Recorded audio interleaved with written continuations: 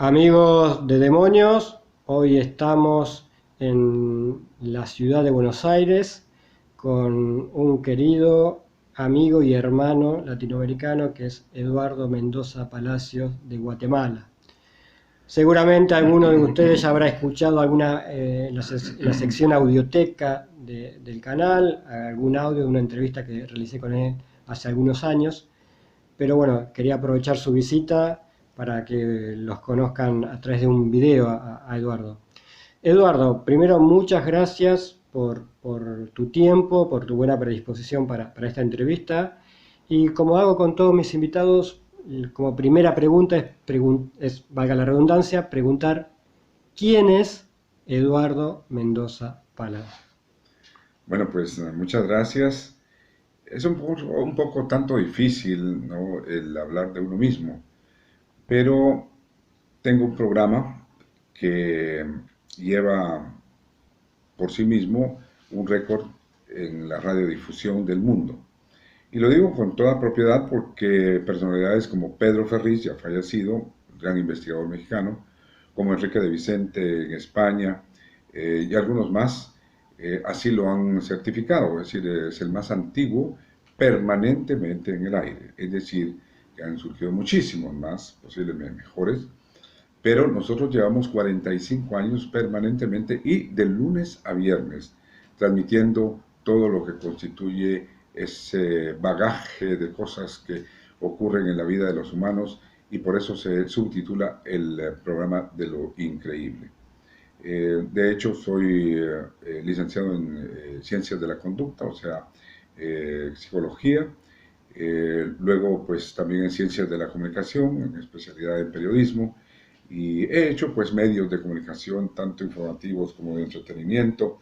Y, en fin, pues el programa lo pueden escuchar todo el tiempo, de lunes a viernes, en el país que sea, a través de lo que es la emisora donde se transmite, que es Sonora Guatemala. Solo con poner en la barra de Google Sonora de Guatemala, entran a la página de Sonora y ahí está en vivo 9:30 de la noche, hora local de Guatemala, teniendo en cuenta que nosotros llevamos 6 horas de diferencias GMT con el tiempo universal. Vos, aparte de ser un gran difusor de todos estos temas, también has investigado muchos temas, no solamente el tema OVNI, sino otros temas como fenómenos paranormales, fantasmas, etcétera.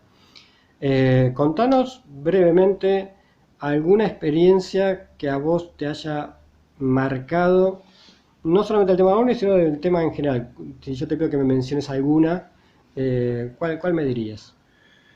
Bueno, entre lo que es paranormal, es decir, al lado de lo normal, creo que hay muchas investigaciones que nosotros hemos realizado en donde hemos encontrado y nos hemos enfrentado a lo desconocido. Pero en lo personal y particular, hay uno que yo me gusta mucho relatar porque tiene que ver con mi vida íntima. Y es que generalmente nosotros sabemos y conocemos, tenemos la impresión de que hay un mundo paralelo, incluyendo el hecho de que primigeniamente el ser humano siempre creyó en la supervivencia del alma, ¿no? Y ese es el gran enigma que quiero yo descubrir y creo que sí lo voy a hacer en el momento en que pues yo deje este mundo, entonces será mi última investigación, ¿no? Es decir, sabes realmente cómo es el más allá.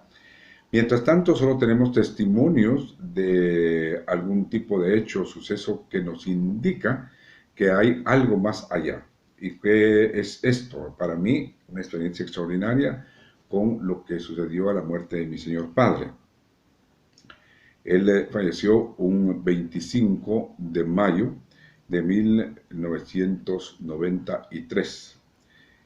Fue velado, obviamente, en una funeraria en donde estábamos, pues, mis hijos mayores y pues una serie de personas que estaban acompañándonos. El féretro estaba hacia al lado de un sillón donde estaba sentado yo contestando llamadas telefónicas porque al trabajar por muchos años en medios de comunicación y particularmente en televisión, pues se pasó una esquela Y entonces muchísima gente se enteró, por supuesto, por ese medio que mi padre había fallecido, es decir, unas exequias que de alguna manera comunicacionalmente se hizo, ¿no? Entonces estaban llamando muchas personas y yo pues muy amablemente y con pues, un gran cariño respondí.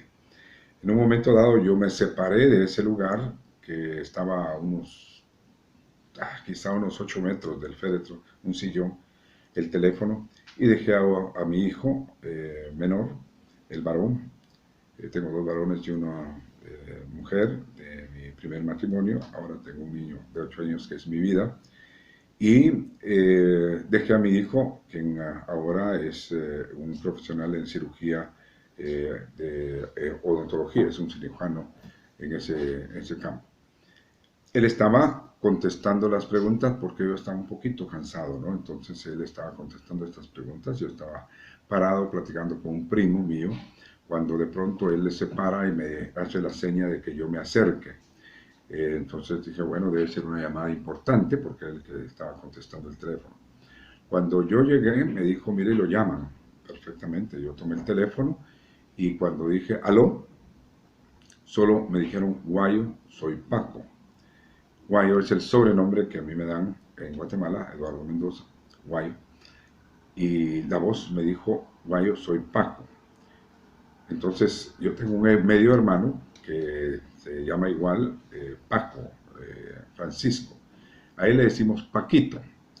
Entonces dije, bueno, pero Paquito, ¿soy vos? Le dije yo. Guayo, me volvió a repetir la voz, soy Paco. Paco es como nosotros llamamos y la gente llamaba a mi señor padre. Yo con la curiosidad volví a preguntar, pero Paquito, ¿sos vos? Guayo, soy Paco, me dijo otra vez la voz por el teléfono. Yo claramente lo tengo aquí en mi memoria. Cuando la tercera vez esa voz me contestó, entonces yo agregué algo más. Pero Paquito, ¿dónde estás? Pensé que mi hermano, que es un músico de precisamente el género andino, en la antigua Guatemala, que es una ciudad símbolo también del turismo guatemalteco, trabaja ahí, pues que a la muerte de mi señor padre se había enterado en la televisión y que en algún momento estaba encerrado en alguna habitación, pues no sé, tal vez fuera de la conciencia, él nunca tomó, nunca supe yo que fumó algún tipo de estupefaciente, en fin, pero bueno, a mí se me ocurrió. Entonces le pregunté, pero Paquito, ¿dónde estás? Y la voz me contestó, en el Hotel Los Álamos. Entonces yo le dije, de plano, ahí de estar encerrado, me dio mucha pena, pero todavía me entró la curiosidad y volví a preguntar, pero Paquito, ¿sos vos? Y la voz me volvió a repetir, soy Paco. Y luego, silencio. Yo me quedé dándole vueltas al asunto, dejé otra vez a mi hijo ahí en el sillón y me fui a platicar con mi primo, Jorge, y le dije, mire Jorge, me pasó esto. Él, independientemente que yo debería haber sacado ese análisis, porque el primer o el principio de un buen investigador es ser escéptico. Entonces me dijo, no, Guayo me dijo, y fue mi tío Paco. Entonces yo caí en una reflexión en donde a mí se me erizó la piel, pues. A los 20 minutos apareció Paquito, mi hermano, con su esposa alemana en ese momento, totalmente empapados, o sea, mojados porque estaba lloviendo. Y desde una avenida muy lejos de la funeraria habían venido caminando porque en ese tiempo había una convulsión política en Guatemala en donde posteriormente finalizó derrocando a un presidente, el ingeniero Jorge Serrano Elías. Entonces estaba paralizado todo el transporte.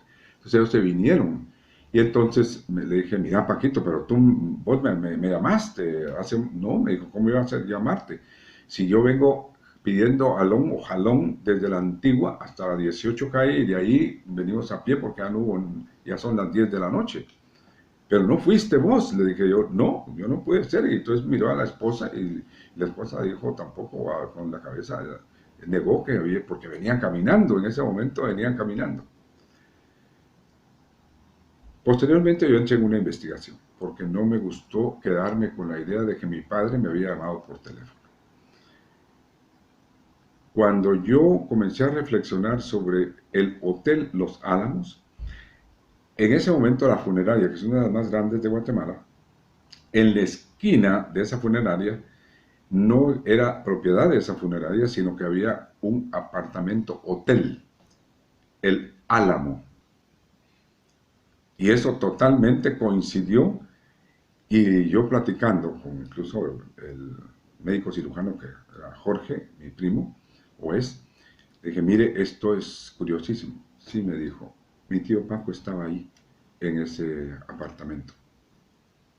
Esos apartamentos, algunos de ellos daban, de hecho, pegados a donde estaban las salas funerarias. Posteriormente fue quitado, posiblemente por eso, ¿no? Porque era, digamos, como en este salón, la pared estuviera del otro lado velándose una persona, ¿no?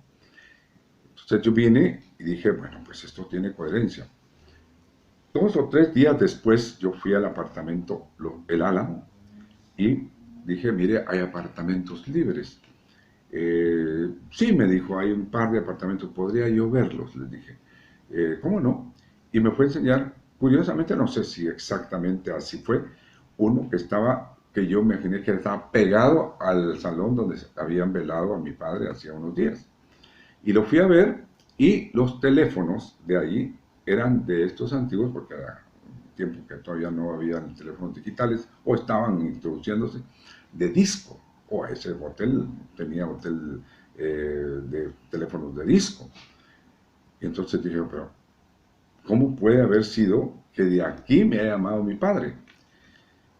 Y comencé a estudiar mucho más el caso y entonces llegué a la conclusión que era imposible, realmente imposible. No fue mi imaginación, porque mi hijo recibió la llamada, Guayo, soy Paco. Y entonces él pensó que me estaban llamando a mí, un familiar, me llamó y entonces yo contesté. O sea, fueron 5 veces las que dijo la voz, soy Paco. Una de ellas, estoy en el Hotel Los Álamos. ¿Cómo pudo haber sido que una persona ya fallecida, y ahora recuerdo que la voz era de mi padre, o sea, no sé, pudo haber llamado a la funeraria, porque ni yo mismo en ese momento podría haberlo hecho porque no recordaba el teléfono, el número de teléfono de la funeraria. Haber pasado por la telefonista, porque la telefonista estaba recibiendo las llamadas y pasándolas a, creo que habían otros 2 difuntos ahí, ¿no? Entonces pasaba dependiendo a la sala donde estaba el que llamaba, quería hablar. Entonces la telefonista tuvo que haber recibido esa llamada y pasarla a la sala donde estaba mi padre, recibirla, Pepe, mi hijo, pasármela a mí, yo escuchar esa voz. ¿Cómo pudo haber sido eso? No pude averiguar nada acerca de la telefonista, sí, también porque ella me dijo, mire, aquí esa noche hubieron muchas llamadas, yo simplemente me decía el nombre o la indicación de qué sala y yo la pasaba, pues no, nunca preguntaba quién era o a quién quería llamar o en fin. Esa experiencia me hizo a mí entender que hay circunstancias en las cuales yo no estoy totalmente convencido que hay un mundo de los espíritus, en donde ahí vamos a ir a caer y que hay, si ahora hay 7.000, casi 8.000 millones de habitantes en la Tierra y se han muerto no sé cuántos millones de personas ahí están, no sé qué haciendo, no estoy muy convencido de que haya un mundo, pero sí que haya un fenómeno en el cual nosotros mismos estemos percibiendo y provocando algunas cosas, pero que también ese tipo de energía subsista de alguna manera, que no es un mundo como lo que nosotros nos plantean los SM, o sea, las experiencias cercanas a la muerte, en donde las personas dicen ver a sus familiares que lo vienen a recibir, que venga Jesús con su túnica, bueno, en fin, tantas imágenes oníricas prácticamente, ¿no? Como sueño. No estoy convencido tampoco que esto nos diga cómo es el otro mundo. ¿Por qué? Porque cuando los SM se producen, la persona regresa, no resucita, sino es reanimada y regresa lúcida. O sea, si terminó 3, 5, 10 minutos, porque hay personas que además el cerebro, si dejó de funcionar, el oxígeno terminó por las células, las neuronas. Entonces ya no pudo haber venido sin una falla en el cerebro. Pero sin embargo, sí el cerebro imperceptiblemente siguió funcionando y la persona entonces dramatizó ese momento. Eso es lo que yo pienso. Pero quizá mi última investigación, yo lo repito, será al momento de morir. Saber exactamente cómo es el otro mundo y si yo en alguna manera puedo retornar, cosa que creo que es bien complicado y bien difícil, pero que existe el más allá. Que hay algo que subsiste al ser humano, sí creo yo que subsiste. ¿A dónde va?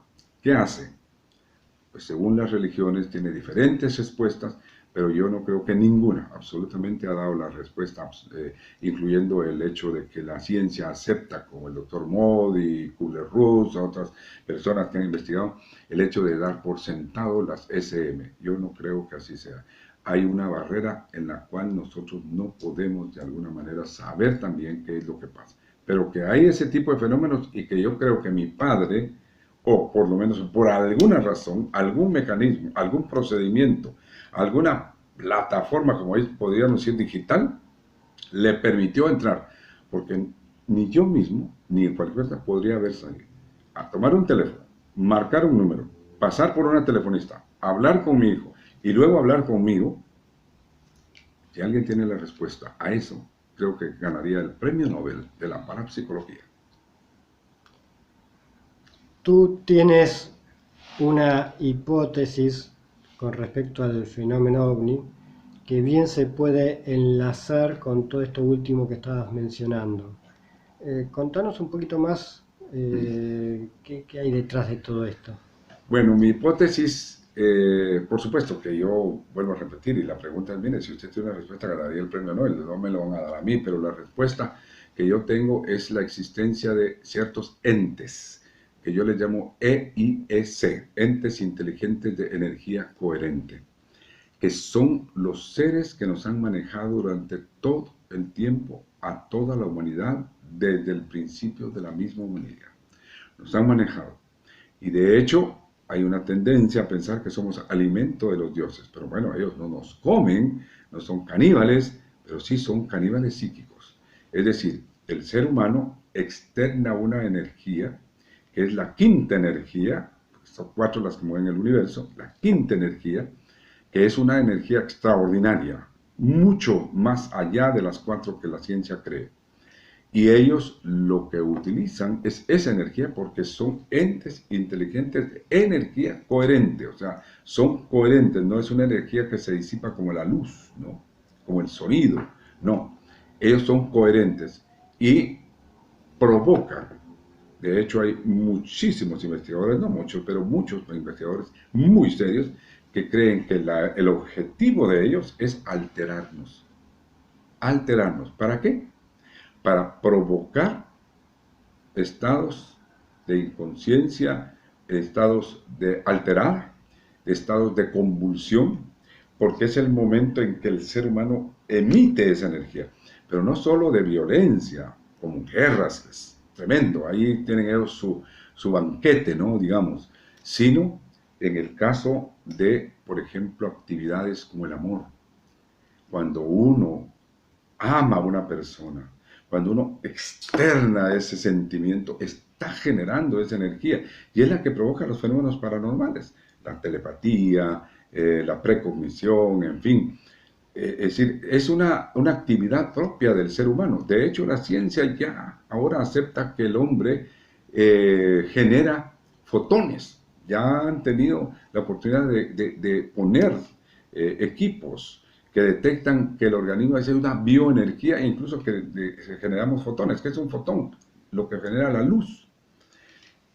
Las ciencias antiguas, como lo que es la India, con sus registros akáshicos, sabe que ahí está todo. Y hoy la ciencia con el campo punto cero ya está descubriendo que ahí está el secreto de todo el universo, en lo que es los átomos.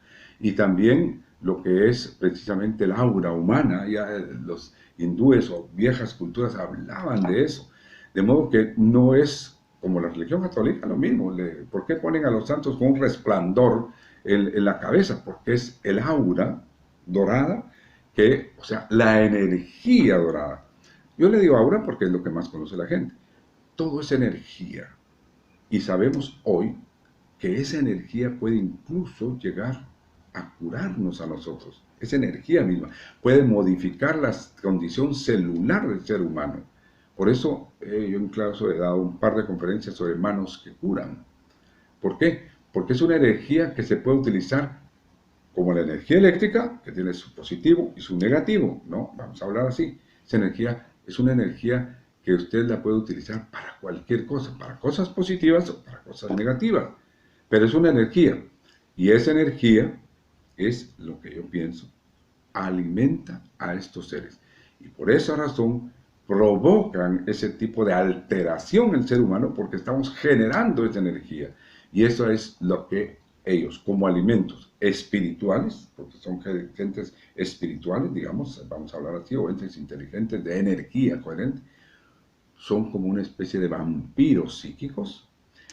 Y para terminar, solo piensen ustedes que la Tierra en general es una inmensa bola de generación de ese tipo de energía. Aquí habemos muchos miles de millones, ya hemos existido, y esa energía, ese planeta Tierra, que nosotros llamamos, es una inmensa bola generadora de esa energía. Ahora, si ustedes preguntan cuáles son mis sustentos, mis argumentos, hay muchísimos. Búsquenlos en la religión, si usted quiere. Búsquenlos incluso en la misma Biblia, en el mismo Apocalipsis, que es la única parte donde dice que Dios venía con unas personas, unos ángeles, unos entes, y de pronto estos entes se le rebelaron y se fueron por otro lado. ¿Cómo es posible que esto haya pasado? Son entes de estos. Entonces, la religión incluso es buena, tiene consejos extraordinarios, filosofías orientales y todo, pero todo tiene que ser bien dirigido, bien canalizado. Por ejemplo, en un momento dado podríamos decir, ¿cómo podemos nosotros entonces defendernos de ellos? Pues no, es sencillo, no altere, no se altere. Trate usted lo que Jesús dijo, el gran maestro. Amaos los unos a los otros. No hagáis que otros hagan lo que no querráis que hagan contigo. ¿Ya? Son los principios universales. La paz sea con vosotros. No porque sea el único, sino han habido maestros de maestros. Buda, Krishna, incluso entre los mayas, Quetzalcóatl, en fin. Pero los dioses, ¿qué hacen? Convulsionan. Y entonces, a lo largo de la historia, incluso dentro de lo que son las culturas americanas, por poner un ejemplo, era el sacrificio humano. Ellos y la religión, a través del dolor, a través del sufrimiento, hacen convulsionar al ser humano generando esa energía. ¿Para qué? Porque es su plato favorito.